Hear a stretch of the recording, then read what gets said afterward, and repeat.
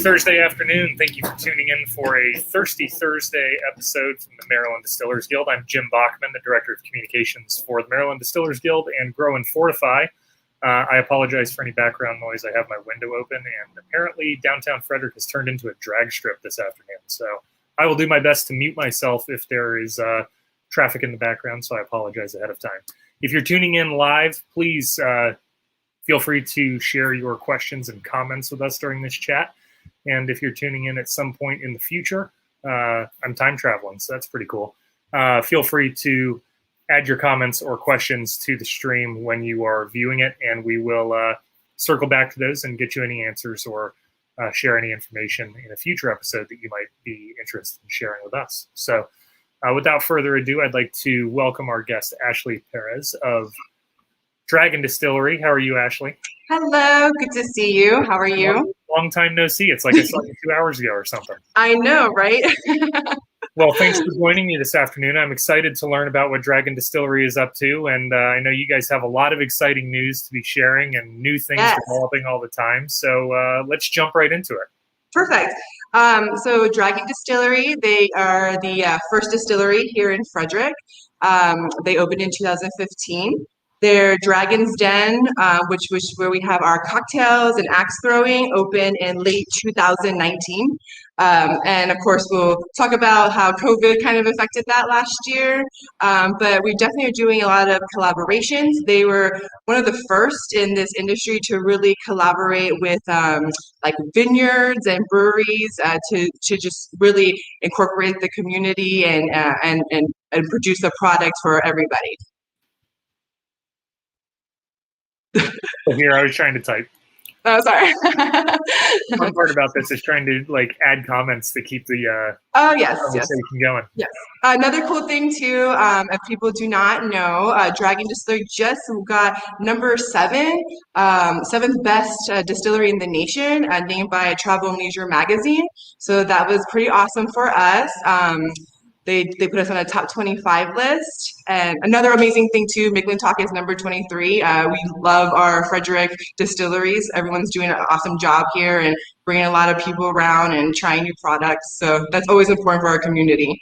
Well, yeah, we did share that story a couple of weeks ago, and it was really great to highlight 2 Frederick local distilleries with a small list.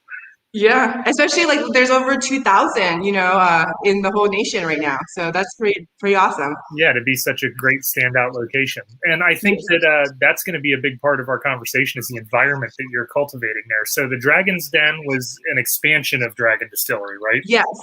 So it's an expansion of Dragon Distillery. The old neighbors moved out, so they decided to take the space and use it and just really create a space for more. So this is the owners and the founders are very nerdy and they love to do games. So they're big Dungeons and Dragons players, fantasy theme. That's a big one for us here. So they just want to cultivate a space for everyone that they can do that, and we can have events and axe throwing and basically do be a mini Ren Fair here in Frederick.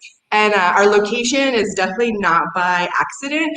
They wanted, everyone obviously gravitates toward downtown, and even though we are super close to downtown, we wanted this to be a really good destination spot where people come and can enjoy themselves.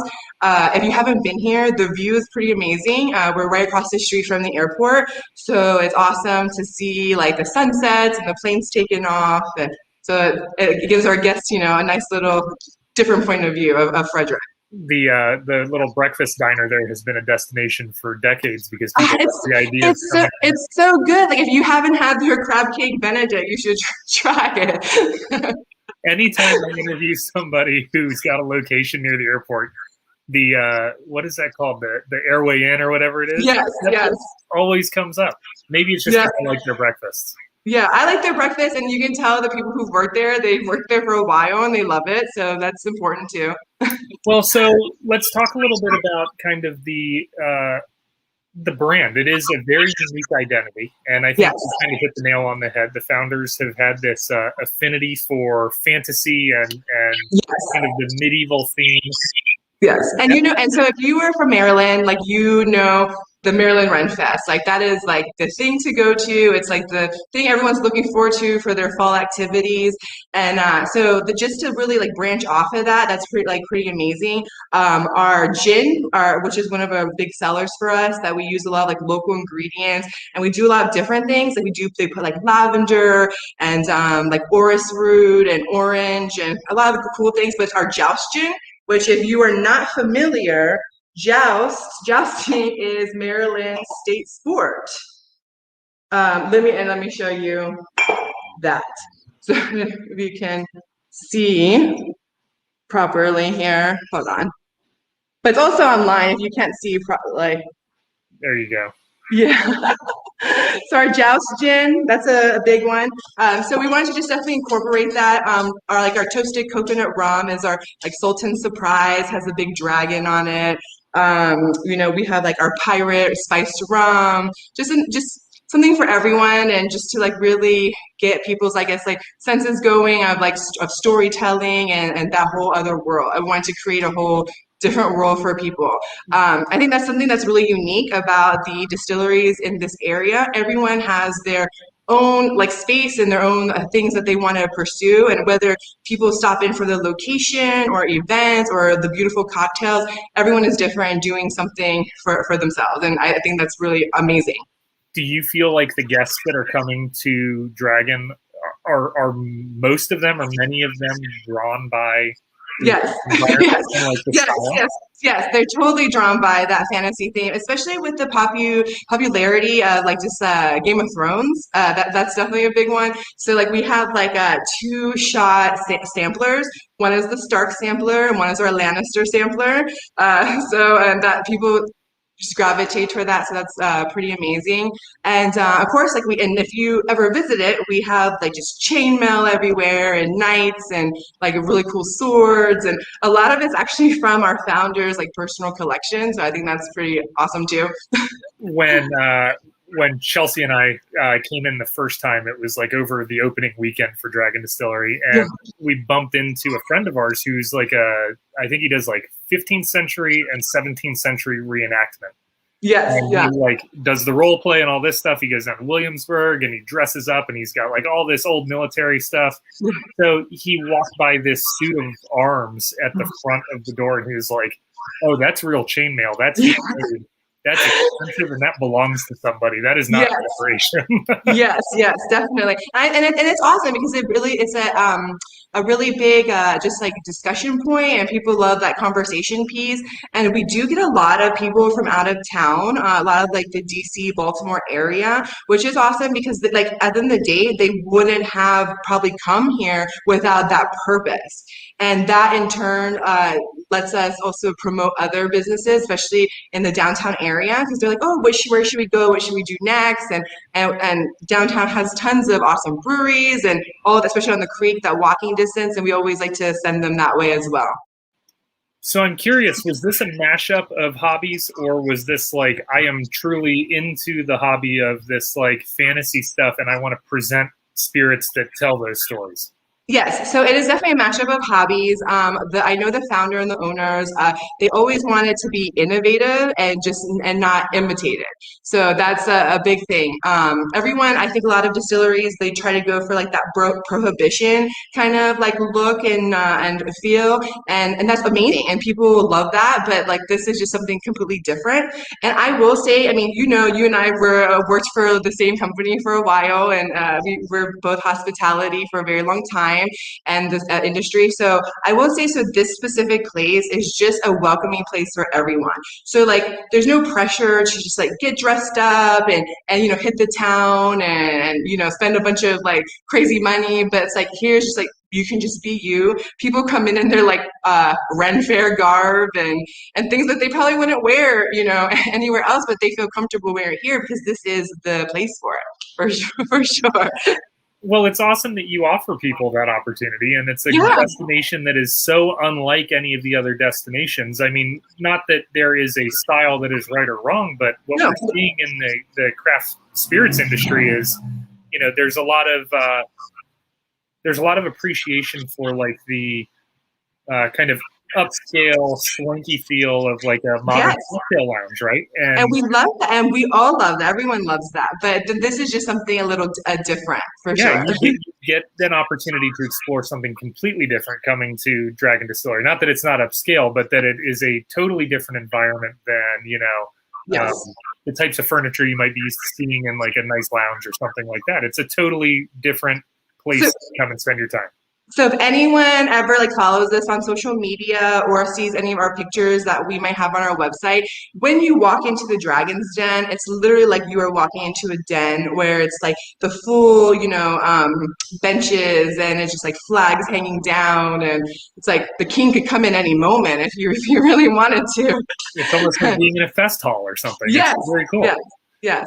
And before COVID, we did have a lot of like private parties here, engagement parties, bachelor and bachelorette parties. So it's just like I said, something for everyone for sure. So I have to imagine just kind of getting their feet on the ground with opening the Dragon's Den right before COVID happened. Yes, yes. How did the company handle COVID, and what did you guys do throughout?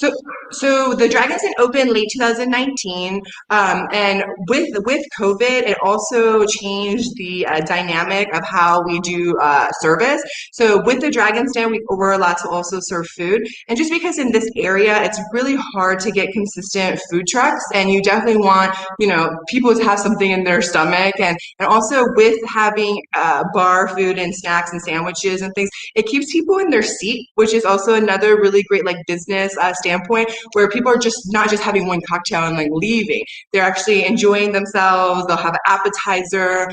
We also have like a wall of games and card games, and people like to just play with their friends. Games also you probably wouldn't have heard of, that I haven't even heard of before too, that they have found that are really unique.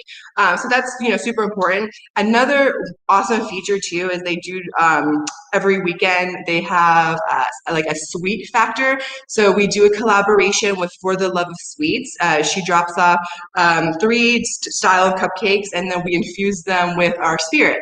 So like a cool one is like For the Love of Sweets. If no one's heard of it, she's doing amazing things. She just opened on the Golden Mile, and she just opened during COVID, and that takeout group really was amazing. And it really helped a lot of businesses around here. But it's like a chocolate one we do is really popular that we infuse with our medieval mint, which is a mint chocolate vodka. Or you have a choice of our holiday happiness, which is the orange chocolate vodka that people like to do as well. She also drops off a maple bacon cupcake that we infuse with our bourbon. And then she also drops off a apple spice cupcake that we infuse with our spiced rum. So, and also, if you want, I can always like drop some off, to your house. I was going to say Chelsea. you've like just made me entirely hungry, and I was planning on having cupcakes. Yeah, and then another cool thing too is they definitely before COVID, and like when COVID kind of like subsided, they were bringing in a lot of different vendors, especially new people who didn't really have a name yet. And one of them is MR Cheesecakes. He drops off a new flavor for us every weekend as well that we get to showcase, and so that's pretty important too, just to like showcase the community and help each other out. So it really is kind of like having a miniature Ren Fair. You have this ability to bring vendors to people that they may not see. You're showcasing other local businesses, and you're kind of just like creating a community there. Yes, absolutely. So, I unfortunately missed this event. I was out of town, but they did an event with the Snallygaster Museum. Do you know what this? Do you want to tell everyone what the Snallygaster is? I'll let you tell the story. I only know it briefly. So it's a mythical creature based out of Frederick County, especially in Middletown Valley. It's the kind of a like dragon like creature. So they have a Snallygaster museum that is dedicated to that. And so the Snallygaster Museum, we also have a bottle that we made for them, whiskey. And so they had a event here all weekend that we also had vendors that were vending like super cool, just like cups and jewelry and ceramics and art. So yeah, like you're at the Ren Fair. Sorry, traffic is loud today. It's okay. It's okay. Thirsty Thursdays. Yeah, that Snallygaster market is moving around Frederick a little bit. I think I saw them at a local brewery a couple of days ago, and I think they're Yes. popping around. So that's a great pop up to be offering. For So sure, and the girls who run it, they're awesome too. So let's talk a little bit about the spirits. What is is there an overall philosophy when it comes to the spirits that are being produced there? Is it just make stuff that tastes great and kind of we So can the overall philosophy, so I will say, so our founder, he, is a retired Navy veteran, highly decorated, and he also has family recipes where his great grandfather and his grandfather used to do moonshine. And his great grandfather was in Kentucky. They all were in military base, and that's something he always wanted to pursue after getting out of the Navy and the government stuff. So that was his chance. This was his chance to mash up those recipes with the theme and the fantasy. And at the end of the day, it's also about giving the guests what they want and what they like and what the market has.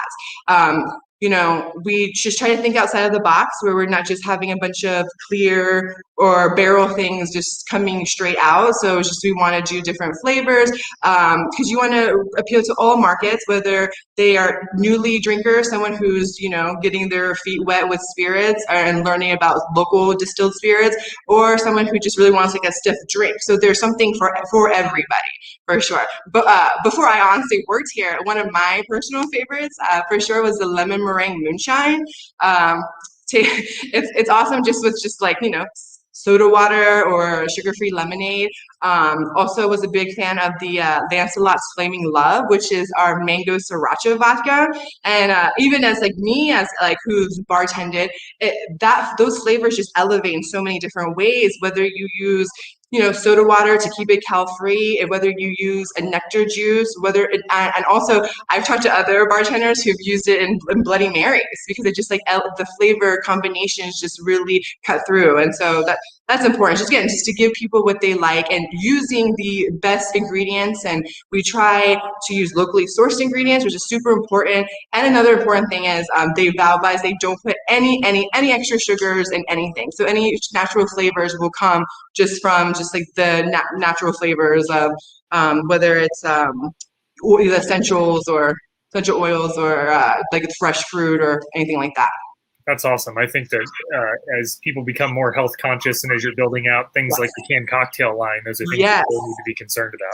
Yeah, so that you nailed it on the head. So I know that's going to be our next segue. We are definitely killing the canned cocktail line right now. It's really hard to keep them on the shelves. It's really hard to keep them stocked in, just because it's such a convenient thing to have for the consumer.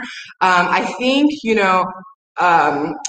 with consumers, especially with the craft beer industry coming to light, everyone loves craft beer now. There's something for everyone. The art is amazing. I know I'm very guilty, and I know a lot of my friends are very guilty. It's like you get gravitated toward that art, and then you're just like, okay, what is this? And what am I going to drink? Where is it from? And those are the things you kind of judge it by, and so that right there just shows that people are willing to spend money on a good beverage and a high quality beverage.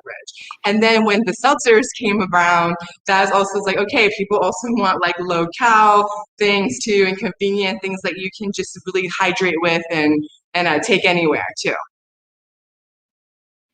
I think that you're absolutely right about that. And the package itself is enough to draw people in. Even if we don't have an experience, if you have a compelling enough package, it's something that gets the attention and it makes it a little bit easier to part with that dollar. Yes, and if anyone has seen our website or some of the products we offer or our social media, you will see our artwork is so diligently done, and it's actually all created here by our owners. So everything from the cans to the bottles and. Yeah, so it's pretty awesome. They have free range of that creativity of what they want to put on the cans.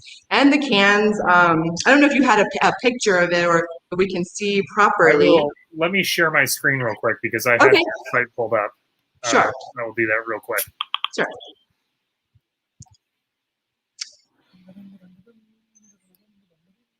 And it looks like it wants to work with me. Yeah, yay. There we go. And it's even got that awesome flying dragon. Yeah. Yes. Yeah, Yeah. great examples of the artwork there, and that extends to the packages too. All of the bottled packages have really clever and good artwork that really shows off Yes. what everybody's up to with the intent of each one of these spirits, which I think is awesome. Yes, and you actually reminded me of that, like the brandy that you just showed up. One of their first collaborations was with Linganore to make a brandy. Um, so that was awesome that they got to do. And then their second collaboration with, which was really popular right now, is our pear brandy. They have a collaboration with Fabioli Vineyards, based out of Virginia.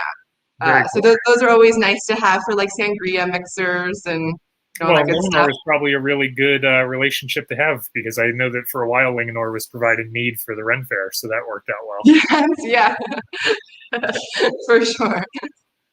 So before we jump into the individual spirits, let's talk a little bit about, you mentioned that there are like board games. We obviously see the axe throwing behind you. What is the experience like just coming and hanging out at Dragon? Other than just having great spirits and wonderful food around, like what do people come to like relax all day long and take part in these cool activities? For sure. So I mean, not all day, but like they were definitely a destination for them. We have, like I said, a whole slew of board games. People have, we have our axe throwing, also ninja star throwing that's available, and then we also have a full range cocktail menu. So our cocktail menu, as of right now, to date, we have about 35 cocktails that we put into rotation. And I will say, and you can see the menu on our website as well, but all of our cocktails are made so it's easy for anyone. So anyone who is even a novice bartender, they can take home their spirits, and it's no more than 4 or 5 ingredients, and it's usually stuff that they already have in their house, so you can still be a bartender. And that's something I think we saw a lot in this climate with COVID, is everyone became an at-home bartender. And also why canned cocktails became so popular, because at the end of the day, like, you don't want a bunch of maybe mixers or things that you want to bring in that you might not use, and you'll commit to that 1 4-pack before you buy more, and that's just is better all around for the consumer. Also, like, again, you and I have ran restaurants and spaces before too. As a business standpoint, these canned cocktails are amazing because you saw with COVID, it's just a shortage of staff. And also, time is money. And having these cocktails that are ready to be mixed, they are usually put over ice or you serve chilled. It's readily available, and then also, people are also supporting local, so that's also super important as well. Absolutely. So before we jump into the canned cocktails, and you have a great story to tell about the cans, because I think that Dragon Distillery may have been the first distillery, at least in Frederick County, but I think in the state, to do canned cocktails on a massive scale. They are. They really are. So with Dragon Distillery, like I said, they opened in 2015, 2016. The owners and founder did a lot of research. They put a lot of research in 2016 just to see what consumers like, what sells. Obviously, everyone is very familiar with Cutwater. That got I believe originally were based out of San Diego, right? And then like Anheuser bought them. Now they're just they're like everywhere. But ironically, their number one selling can is a Bloody Mary. And that's a classic drink, clearly. And then so that's what we want to go, is with classic drinks, but also with our own creativity and bringing those other flavors that are innovative as well, by adding local simple syrups or things that we infuse ourselves later down the line. But like I said, we have something for everyone. We had like a gin and tonic cocktail can. The rum party punch is actually our number one selling one. I'm a big fan of our Dragon's Pie, which has the lemon meringue, moonshine, sugar-free lemonade. The Cuba Libre is also a very popular one, just a classic rum and Coke. And then we also have, I'm sorry if I didn't remember if I said this, the Mule. The Mule, which is made with our ginger vodka, which has a super cool genie on the bottle too. And all of these cocktail cans too, if because we've sold out so quickly and people are like, oh, like I really wanted that, and we say, well, this is a spirit that comes in it naturally, and this is another ingredient you can just buy at the grocery store and make it your own if you want it, if that can was not available to you. That's cool. That's one of the questions that I've always had about the canned cocktails is, are they kind of spirits that are made specifically for that cocktail, or are these your spirits that you are introducing to the cocktail? And I think that's a great approach. Definitely. And the cocktail, cocktails are fun anywhere you go. Tailgating, the river, backyard. And if you can make it in a can and you don't have to bring like 3 or 4 bottles to mix it yourself, I mean, why not take that opportunity and use the convenience that you can to enjoy yourself? Yes, definitely. So what formats do the canned cocktails come in? Is it single cans, or do you buy them in like a 4-pack or a 6-pack? It's a 4-pack, just because of the laws here in Maryland. Actually, so the big reason why the canned cocktails, I guess I should backtrack to so they did all the research in 2016, and then they rolled out the first canned cocktail in 2017. So the reason why is because with Maryland and the liquor laws, they didn't allow distilleries to have any mixers here until that law changed in 2019. So they had a loophole where they're like, okay, well, we'll make our own canned cocktails and get this liquor license where people can still try the spirit with something else. So that was something that they were innovating. Another awesome thing about the cocktails, it doesn't just have a label on it. It's just like how you would see a Coke can, where it's all the can. It's one with the can. So they decided that was just a nice little mark too, just to make it all one thing. Step up and print the can rather than just throw a label on it. Yes. Very cool. So you can get them in a 4-pack. Yes. And are these all seasonal releases, or are they pretty much like year-round when available? Yeah, so they're definitely year-round when they're available. They, like I said, so the one that we had last season for the fall and winter, our Dragon's Draft, which is super popular, but we are in the works of talking about maybe canning them again because it was super popular. It's made with our bourbon, and it was made with a sugar-free cream soda, and that we definitely try to use, like I said, local stuff. So, McCutcheon's was one of our, people that we try to use their sugar-free cream soda and work with as well. So that was a big one for us. And then the Dragon's Pie, which is a lemon meringue moonshine one with the sugar-free lemonade. So that one is in the works again because those completely sold out for the spring. Oh, that's awesome. Yes. So the 4 that you did say you have available right now are the Cuba Libre, the Gin and Tonic, the Mule. Punch. Yep. Great. And those are available not only at the distillery, but those are available out in the trade too at some local liquor stores, right? Yes, definitely. We are all in Maryland right now, and we're trying to expand to some DC and Virginia places as well. But you can find us in Maryland, and if you do not see us in your favorite liquor store, definitely just ask them. And we work with also private distributors as well. So we can definitely hook it up. And our tasting room is open Tuesday through Sunday for bottle and can purchases. So plenty of opportunities to get it. Yes. Yeah. Great. So let's talk a little bit about some of the bottles that you were sharing with me. You had a really cool lineup, and I think they all have kind of fun histories on them. So yes.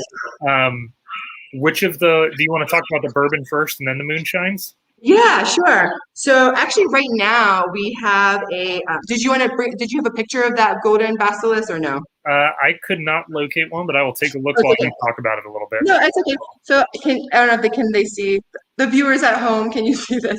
So this is our golden Bacillus bourbon, aged 3 years. It's made with corn, wheat, and malted barley mash. So this is a limited edition. We just released this in the beginning of May, and we're actually going to be promoting for Father's Day gift baskets with that for Dad. So with a super cool highball glass too. So definitely be on our lookout on social media for that. So is this just a longer aged version of the Bacillus bourbon? Yes. Okay. Yes. So it uses that base bourbon recipe. This is the longer aged, yeah, with the golden wheated ingredients. Got it. Very cool. Yes. Another cool thing too. And I will say, I'm gonna give you a little shout out because you were one of the first people too, especially with the Monocacy Brewer people to collaborations with breweries and and liquor, and spirit people. So I think that's pretty awesome. So we were one of the first two to do that and do that with Flying Dog. So we are consistently doing mashups with Flying Dog and collaborations. And one of the first ones we did was a hopped vodka using the Snake Dog IPA by Flying Dog.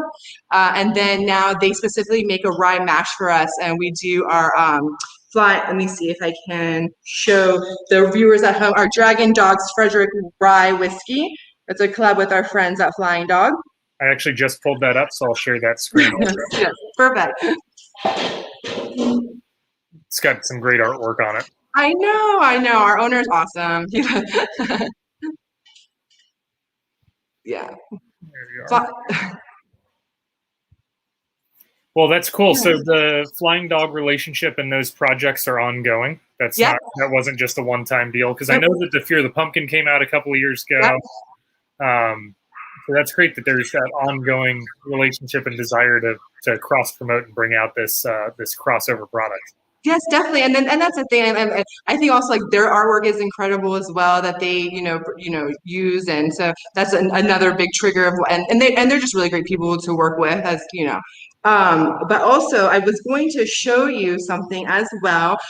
This is something that's limited edition for our Whiskey Club members that we actually just released last week. Every quarter, they get something new that's just available to them, not available to anyone else. But this one is our DC 2020 series. It's a vanilla fig flavored whiskey.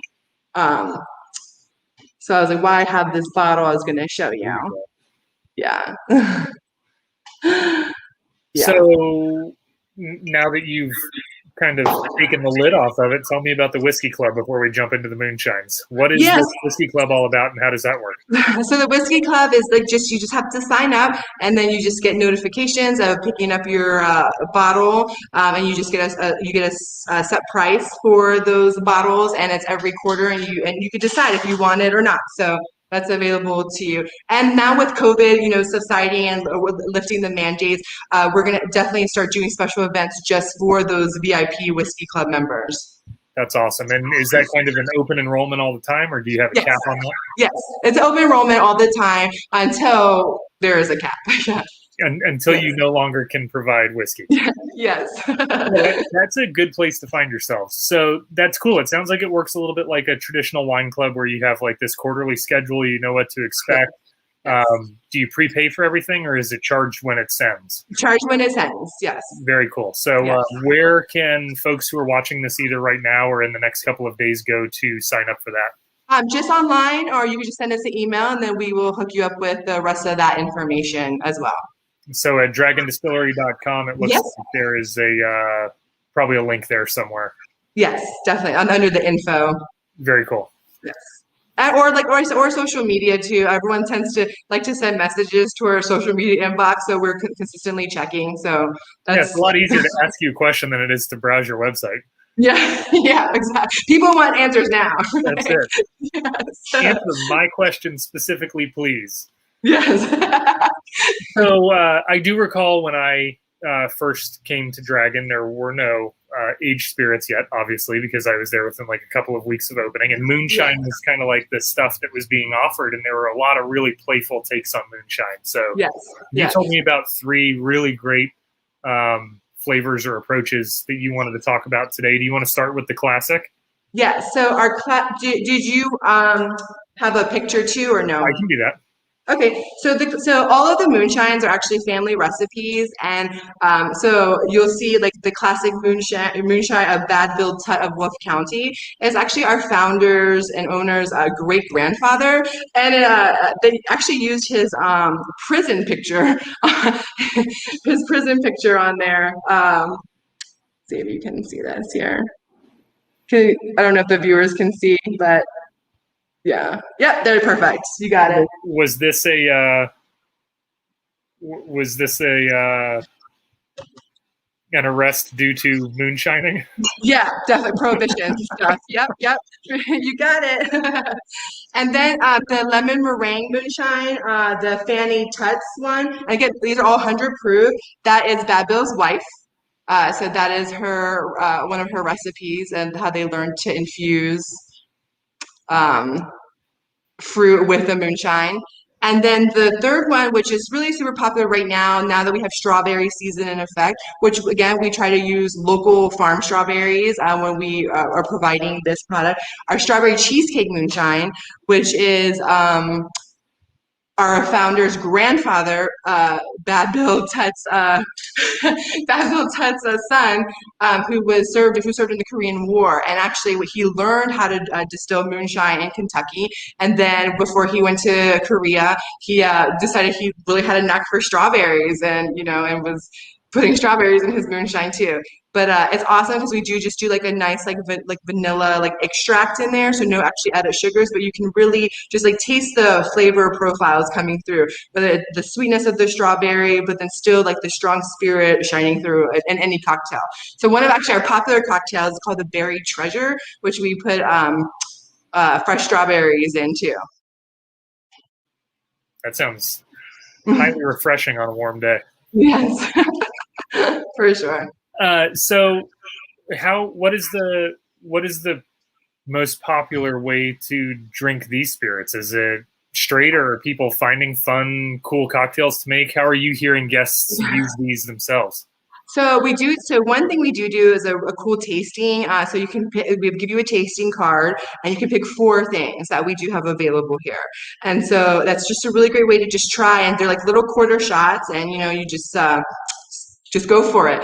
So you can either do it that way, or people just like to, mix it with juices. The strawberry cheesecake moonshine, I personally really love with like a little bit of pineapple juice, a little bit of ginger ale. All the flavor combinations. I mean, I used to bartend like you too, so it's like you kind of become a mixologist in that aspect.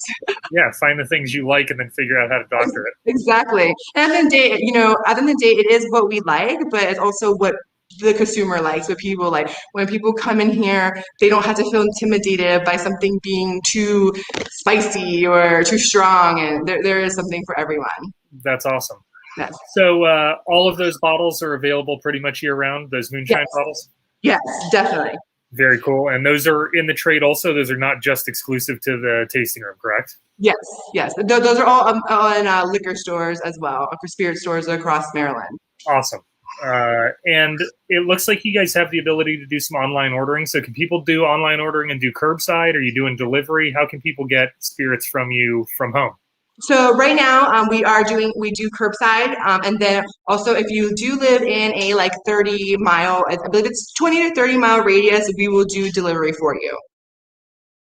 So that's very important, and that's one thing I think I'm sure you have seen in this industry, just like how everyone just became super innovative due to COVID, and how and everyone just started doing takeout, and that's been pretty good for us, for sure in that aspect. But when COVID did hit, we had to stop the Dragon's Den, and we went straight to work for the community, and we actually produced 125,000 bottles of hand sanitizer to give out to everyone. So that way, everyone had something. Well, that was a great way for everybody to keep the stills going and to make sure Yes. that the community had what they needed. Yes. But I think that it's awesome that you guys are offering the delivery option still. That's a big success for the guild this year as part of the legislation that we got passed, was that extension to be able to deliver and offer shipping. So Yeah. The fact that you guys are seeing some success with that and taking advantage of it is great. I would say like that is maybe one of the only positive things about COVID hitting the industry, was all of a sudden it became like Vegas. Like everyone just was taking out their drinks, When we were kind of having conversations throughout COVID about this, I mean, Thirsty Thursday is an absolute idea that was born from COVID. How are we going to talk about this industry and get our members in front of consumers when consumers can't go anywhere? Yes. So one of the things I kept talking about was living in Frederick, where I live. I'm not certain how I'm ever going to go back to a world where I can't walk out of a restaurant with a cocktail. Absolutely. And then, I mean, another thing too, like people, it was challenging aspect, and I'm sure other small distilleries will tell you as well. So when COVID first hit, it's not like everyone was like, "Ooh, let me go 100% go in and support my local distillery." A lot of people who couldn't come try the tastings, who didn't know what we had to offer. And that was a challenge because they couldn't try what we had. And a lot of people tend to gravitate to what they know, whether it was Bud Light, Absolute, and that was just like what you saw in numbers. So you did have to become very innovative as far as just like cocktails and how you were promoting to-go items for people that were different. And as you guys are coming out of this COVID stretch, do you anticipate that you'll be hanging on to things like delivery for those customers that are interested in that? Yes, 100%. We are a small staff here. We are actually a very close-knit crew. So there's something for everyone to do here. I'm sure if you'll meet our axe facilitator who comes in, helps people do our axes. He's also one of our head distillers, and so we're all very versatile here. So it's a business with lots of hats. That's fun. Yes. And then for me, I do the marketing and I plan the events here. But you also see me cocktail serving, on the weekend. So if you ever stop by, I'm here. You find a way to pitch in where the need is necessary. Yes, absolutely. Well, Ashley, what else do people need to know about Dragon, and how can they follow you guys and make sure they're up to date with what you guys are doing at the distillery? Yes. So now with like COVID subsiding, and then we've got to add more tables and chairs, and we have a really beautiful outdoor seating. We are going to be planning more events for the community, and we're going to start opening on Thursdays again. Actually, now kicking off Pride Month, we are going to be doing on every fourth Thursday of the month, starting this month, June 24th. We're going to be doing a drag show in the evening. It's going to be hosted by Sad Brunch, and Sad Brunch, if you're not familiar with, is super big in the DMV area. They're usually super booked every Sunday, so that's why we're like, let's do something different for Thursday evenings to get people in here, and also there'll be axe throwing. We have bottomless cocktail options. So there'll be something for everyone. So that's gonna be our first event to kick off. And if people do social media, definitely follow us because we are going to start kicking off every Thursday something different. So we're going to start doing Dungeons and Dragon nights, theme nights. We're going to do Axe Leagues where we're going to have like a first and second prize winner for Axe Leagues. It's going to be a $10 buy-in. And then we're going to also do open mic nights, like whether it's comedy or local musicians, something for everyone. And then, of course, we're working with local artists to do, classic paint nights that work with our themes. Whether someone wants to etch a dragon in a glass bottle or you paint a castle, like we're going to do it. So I don't know if you were around this past weekend, but Memorial Day weekend, we had our pirate weekend here, which was absolutely incredible. Friday, we did a pirate-themed trivia night, and usually every Friday we have poorhouse trivia, but they did accommodate us to do a pirate-themed one. Saturday we had a pirate costume contest, and then Sunday we had our regular, just pirate-themed day where we debuted several rum drinks. And another cool thing is we do have several different rums. So we have a coffee-flavored rum that we do use, a cold brew from I'm sorry, I'm having a brain freeze for a minute. The place across from Monocacy, Dublin. Yes, Dublin, yes. So we use their cold brew for our rum flavored coffee, our Dwarven morning blend. We also have a toasted coconut rum, which is our Sultan Surprise that we literally toast the coconut and before we filter it through. We also have our spice rum, our Captain Rod spice rum. And then we also have our classic white rum. And then we also have a bourbon barrel aged rum. So this past weekend was very rum, time flies when you're having rum celebration. And so it was nice because a lot of the people who came, they dressed like pirates. We had a pirate costume contest. I will say that the winner who did win, they ended up paying their tab in gold coins, $1 coins, and that was like a shoe-in. Oh, that's pretty cool. And then even people came on Sunday dressed as pirates. So that was pretty awesome. And I think that's a really amazing thing about this space is there's something for everyone, somewhere where you can be yourself. And people who are Ren Fair fanatics, they are for the Ren Fair, and they appreciate anything like this. That you can just get out of the house and celebrate your love for the medieval culture and fantasy. Well, that's really cool that you guys have a destination for guests to come and do that, and not feel like there's going to be judgment just showing up on a Sunday wearing your pirate outfit. Absolutely. For sure. I know every time I just go out in my pirate outfit, people give me sideways stares. So I think you should go to Wegmans in your pirate outfit. yeah, there you go. Yes. Well, thank you very much for joining me this afternoon. It's always lovely to catch up with you. Yes, always. And also, I want to say thank you for everything you do for this beverage community and for everything you've done for Maryland, for sure. Like I've seen just everything you've done the past couple of years, and it's pretty awesome. Well, I'm happy to be part of a great team of people that are all concentrated on making sure that we have a great destination here for spirits, beer, and wine. So it makes my life very easy. Yes, drinking will never get old in this society. That's for sure. Yeah, there you go. And it's like a recession-proof business, right? Because people are drinking when they're happy, they're drinking when they're upset. Yes, and hopefully responsibly, for sure. Yes, that's number one. That's our goal. So please go and check out what they're doing at Dragon Distillery, dragondistillery.com. You can find a list of the spirits that they're offering year-round. You can order. You can join that awesome-sounding whiskey club, and you can find out about the hours that they're open to go and throw some axes with Ashley and hang out. And don't forget the canned cocktails. Yes, and always grab a 4-pack of canned cocktails. Yes, thank you so much, Jim. I appreciate you. Absolutely. I'll talk to you soon. Okay. To everybody who tuned in this afternoon, thank you very much. Check out marylandspirits.org for any more information about what's going on with Maryland distilleries. Keep in mind that our state's distilleries are all open for business. Each of them has great ways to serve you and ensure that you're able to get locally produced spirits when you need them. So stop by and pick up spirits for carryout, place an order for curbside pickup, and like Ashley and I were just talking about, delivery and shipping options are available. So check with your favorite local distiller, find out how you can get their spirits, and make sure that you're asking for Maryland-made products when you're visiting your favorite local liquor store. We'll see you next time.